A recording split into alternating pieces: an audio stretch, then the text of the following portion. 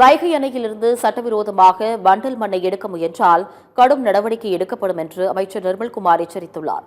தேனி மாவட்டத்திற்கு வந்த எரிசக்தி மற்றும் சட்டத்துறை அமைச்சர் நிர்மல்குமார் வைகை அணையை ஆய்வு செய்தார். பின்னர் செய்தியாளர்களை சந்தித்த அவர் அணைப்பகுதிகளில் 15 அடி வரை தேங்கியுள்ள வண்டல் மண் திட்டுக்களை அகற்றி தூர்வாரும் பணிகளை மேற்கொள்வதற்கான ஆய்வு அறிக்கைகள் தயாரிக்கப்பட்டு வருவதாக கூறினார்.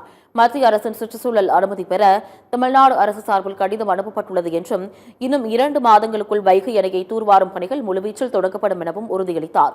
வண்டல் மனை வணிக ரீதியாகவோ சட்டவிரோதமாகவோ யாராவது கடத்தும் என்றால் மாவட்ட நிர்வாகம் மூலம் கடும் நடவடிக்கை எடுக்கப்படும் என்று அமைச்சர் நிர்மல்குமார் எச்சரித்தார். இதுவரை விவசாயிகளுக்கு மட்டும் வண்டல் மண் அவங்களுக்கு தேவையான மணல் எடுக்க எல்லாருக்கும் அப்ரூவல் இருக்கு. ஸோ அதுபடி எடுத்துட்டு இருக்காங்க. பட் அது போதுமானதாக இருக்காது.